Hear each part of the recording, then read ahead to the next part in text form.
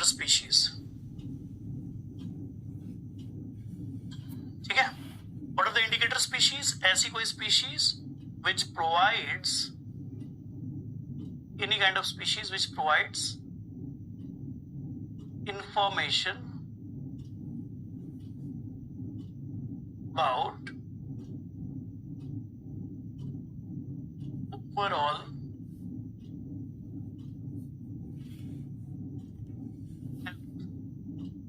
of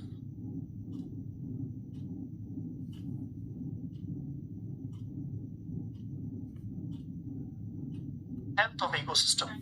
ऐसी कोई species जो इकोसिस्टम की हेल्थ को रिप्रेजेंट करती हो उसको कह दिया जाता है इंडिकेटर स्पीशीज। ऐसे बहुत सारे एग्जांपल्स हैं, बहुत सारी स्पीशीज हैं, जैसे कि कुछ एग्जांपल आपको देखने को मिल जाएंगे, लाइकेन्स,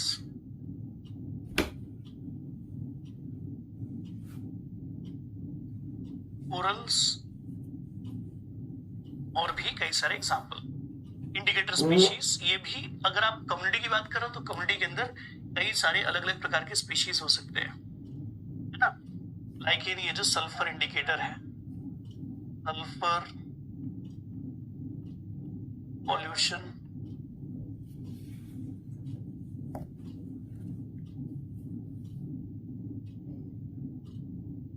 ठीक है, इंडिकेटर स्पीशीज हो गया, बाकी सारे स्पीशीज के टर्म्स हो गए। Now the next terminology is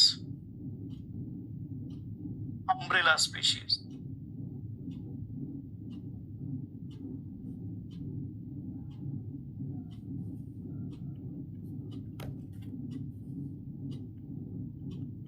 Now what are the umbrella species? Umbrella species क्या होते हैं?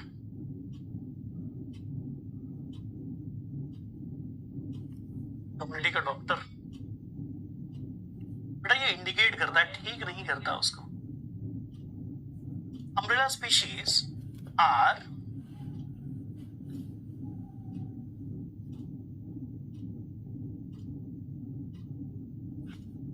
species whose conservation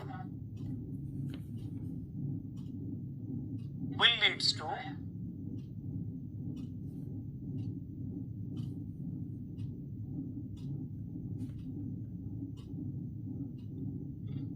conservation of other many species, ठीक है, ध्यान रखना इस प्रकार से। ये कुछ बेसिक से टर्म्स हो गए, ध्यान रखने वाली बात है। अब बढ़ते हैं धीरे धीरे आगे, और भी बहुत सारा कुछ है जो कि एक एक करके पढ़ना है। जहां पॉल्यूशन होते हैं वहां पर लाइकेन नहीं होते, सही बात है, इसलिए उनको पॉल्यूशन इंडिकेटर कहा जाता है। नाउ द नेक्स्ट इंफॉर्मेशन जो हम यहाँ पर अब डिस्कस कर रहे हैं, दैट इज अबाउट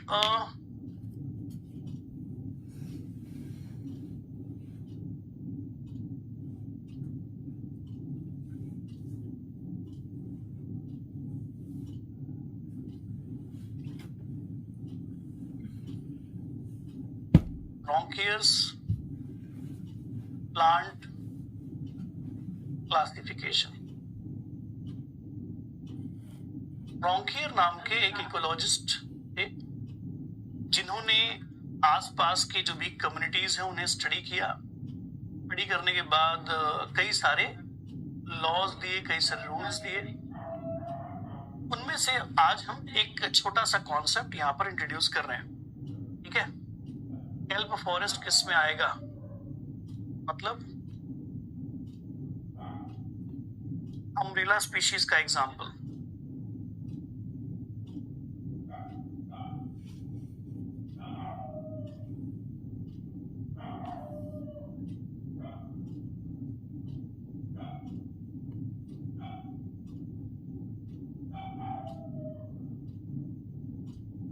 चलो, ब्रोंकियर्स। अब प्लांट क्लासिफिकेशन का जो कॉन्सेप्ट है वो एग्जैक्टली क्या है ये समझिए। ब्रोंकियर्स के प्लांट क्लासिफिकेशन में ब्रोंकियर ने आसपास में पाए जाने वाले जितने भी इकोसिस्टम्स है सबको स्टडी किया। स्टडी करने के बाद उनकी जो भी कंक्लूजन्स है उसे पब्लिश किया एज अ लॉज, है ना, जिसे हम लॉ ऑफ प्लांट डिस्ट्रीब्यूशन या लॉ ऑफ फ्रीक्वेंसी ऐसे अलग अलग नामों से जानते हैं। तो रॉन्कियर ने प्लांट क्लासिफिकेशन के अंदर, जी हाँ, प्लांट क्लासिफिकेशन के अंदर क्या किया एग्जैक्टली, उसमें से एक छोटा सा एग्जाम्पल है जो बहुत ज्यादा एग्जाम्स में आ जाता है, वो हम यहाँ पर मेंशन कर रहे हैं. That is a different type of terms, different types of plants, different types of plants on the basis of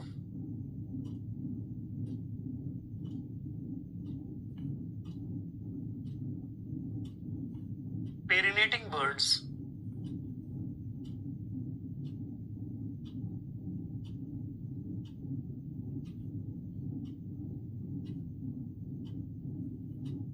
Perinating birds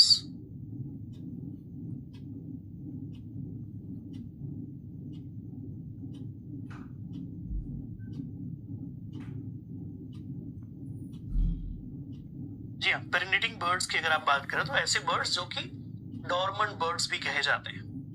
तो please differentiate between the umbrella and keystone species. देखो बेटा, कीस्टोन स्पीशीज कोई एक species है जो maintain करके रखती है इसको, स्पीशीज डाइवर्सिटी को, कम्युनिटी को. अम्ब्रेला स्पीशीज ये है जिसके ऊपर कई सारे स्पीशीज डिपेंडेंट हैं, उसका एक्सटिंक्ट हो जाना बाकी और कई सारे स्पीशीज को एक्सटिंक्ट करा सकता है. तो ऐसे स्पीशीज को अम्ब्रेला स्पीशीज कहेंगे. जबकि कीस्टोन स्पीशीज तो कोई एक ऐसी स्पीशीज है जो बाकी स्पीशीज के ऊपर डिपेंडेंट है, मतलब एज अ प्रेडेटर है और वो उन्हें कंट्रोल रखती है, कम करके रखती है. ये फर्क है. Sir invasive species, invasive species को ऐसे स्पीशीज जो किसी और इकोसिस्टम से किसी दूसरे इकोसिस्टम में आ जाए, इन्वेड करने वाली कोई स्पीशीज हो, इन्वेजिव स्पीशीज कहते हैं. आगे पढ़ेंगे वो अलग से. फिलहाल यहाँ पर भी लिखना चाहो तो लिख सकते हो. इन्वेजिव स्पीशीज मतलब any kind of species which is encroaching in ecosystem in which or originally not belonging to that ecosystem and try to encroaching that ecosystem. ऐसी कोई इकोसिस्टम जो किसी, ऐसी कोई स्पीशीज जो किसी एनवायरमेंट में नहीं पाई जाती, किसी और जगह पाई जाती है, वहां से नए एनवायरमेंट में इंटर होने की कोशिश कर रही है, ऐसी स्पीशीज इन्वेजिव स्पीशीज कहते हैं. फिलहाल अब हम आगे बढ़ते हैं. ठीक है, अलग पढ़ेंगे उसको. Type of plants on the basis of perennating buds. अब ये चीज क्या है, रॉन्कियर ने स्टडी किया और प्लांट्स को अलग अलग टर्म्स, अलग अलग तरीकों से कैटेगराइज किया है.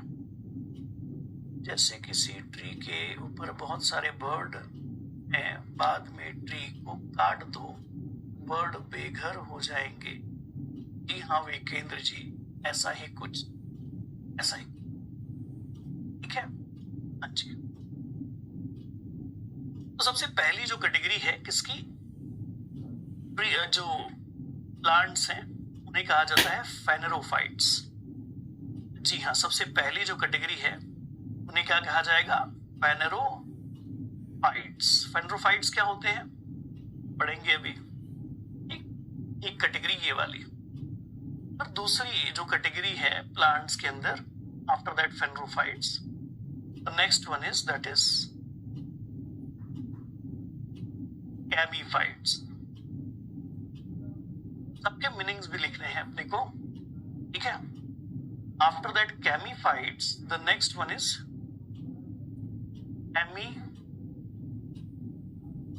क्रिप्टोफाइट्स.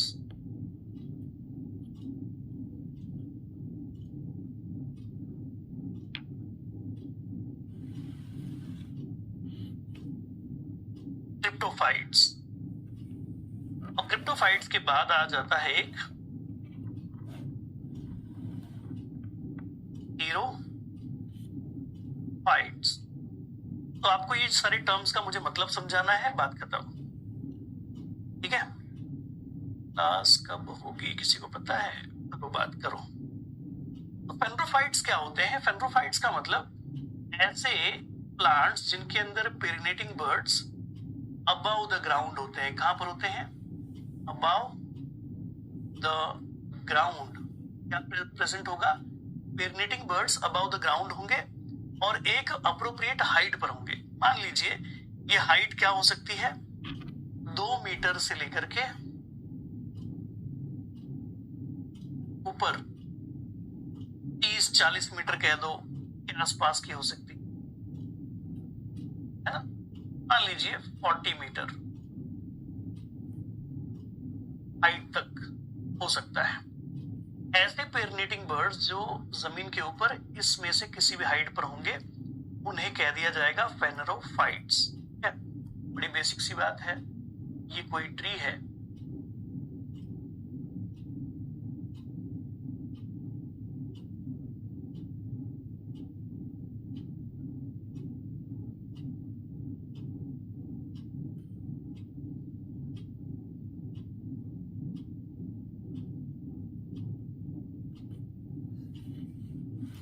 और आप इस ट्री के ऊपर पाए जाने वाले पेरिनेटिंग बर्ड्स की पोजीशन के हिसाब से बात कर रहे हैं। ठीक है, तो फेनरोफाइट एक कैटेगरी हुई जिसमें पेरिनेटिंग बर्ड्स जमीन से ऊपर पाए जाते हैं और ये किसी भी हाइट पर हो सकते हैं। अब ऑन द बेसिस ऑफ ये कितनी हाइट पर प्रेजेंट है, इसमें भी कुछ सब कैटेगरीज हैं। जैसे कि एक होता है मेगा फेनरोफाइट्स, एक होता है माइक्रो या मीजो फेनरोफाइट, एक होता है माइक्रो फेनरोफाइट और एक होता है नैनो फेनरोफाइट्स। ये सब बेसिक से टर्म्स हैं जिसके अंदर चलते हैं।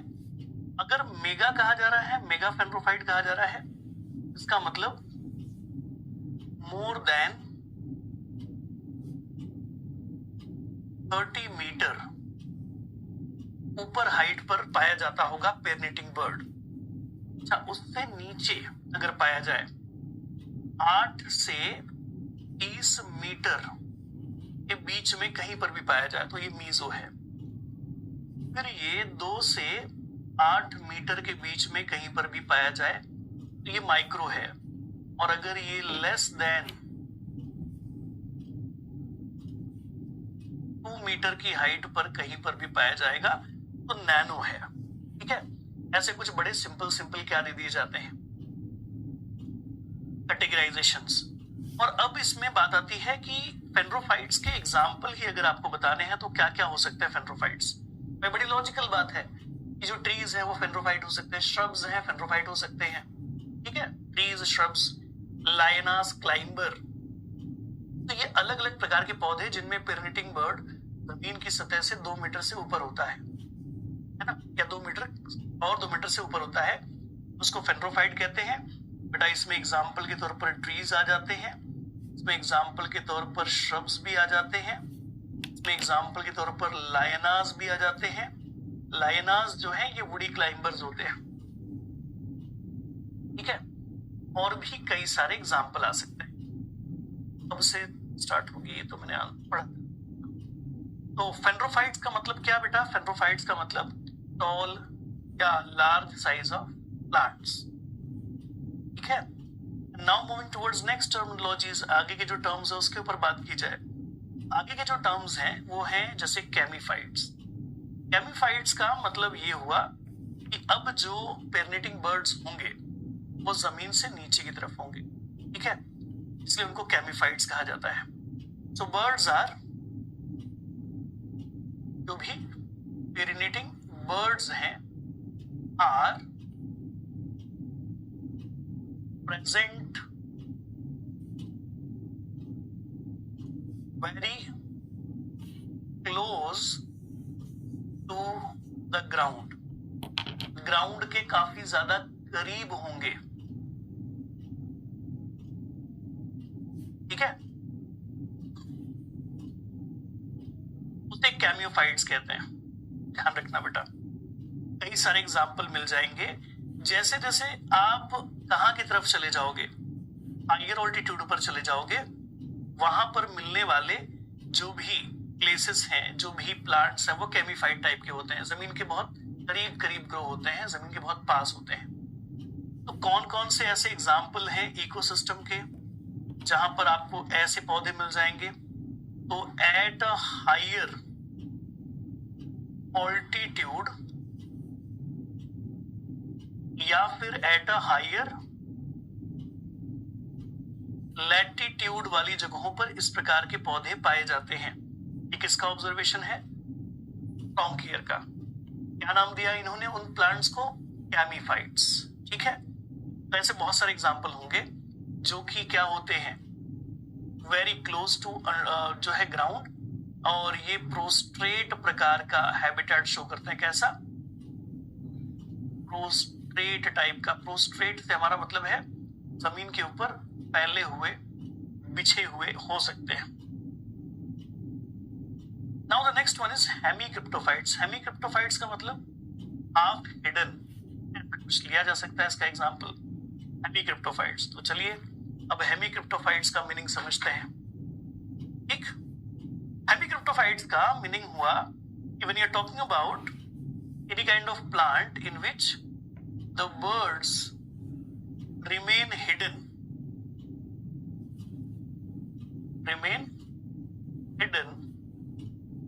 under soil in unfavorable condition। जैसे ही कंडीशन कैसी हो जाती है? अनफेवरेबल, उस दौरान तक इनके जो पेर्निटिंग बर्ड्स हैं जमीन के नीचे छुपे रहते हैं, और जैसी कंडीशन फेवरेबल होती है बाहर आ जाते हैं, उनको कहते हैं हेमीक्रिप्टोफाइट्स।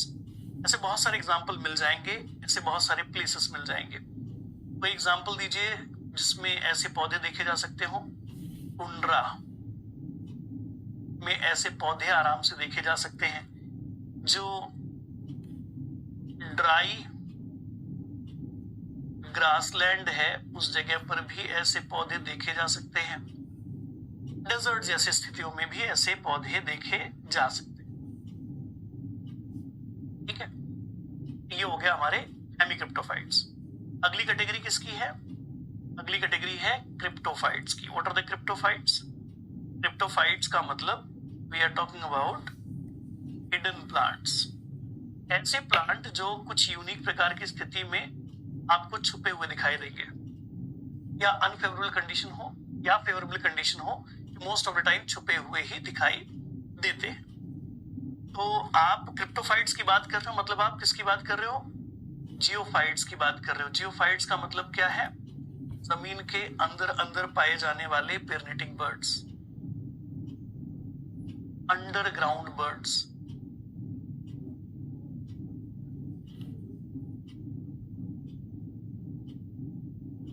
अंडरग्राउंड बर्ड्स होते हैं ये। अंडरग्राउंड बर्ड्स कई एडवर्स एनवायरमेंटल कंडीशन वाले प्लेसेस पर बहुत कॉमन है। मान लीजिए रेगिस्तान बहुत कॉमन है, डेजर्ट जैसे इलाकों में, या जो भी ड्राई रीजन्स है उनके अंदर बड़ा कॉमन है। ठीक है, एग्जाम्पल कौन कौन से मिल जाएंगे? जैसे कि मान लीजिए बल्ब है, बल्ब, राइजोम है, सोलॉन है, ऐसे बहुत सारे एग्जांपल्स मिल जाएंगे। ठीक, नाउ मूविंग टुवर्ड्स थीरोफाइट्स। थीरोफाइट्स क्या होते हैं? थीरोफाइट्स ये ऐसे पौधे हैं जो कि सीजनल कंडीशन में ही क्या शो करेंगे?